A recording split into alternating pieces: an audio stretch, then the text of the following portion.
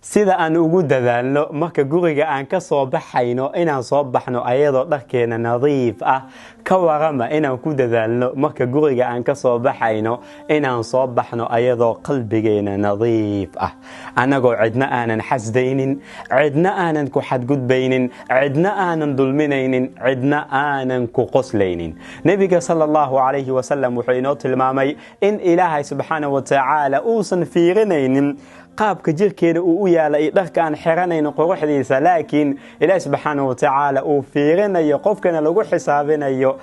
qalbigiisa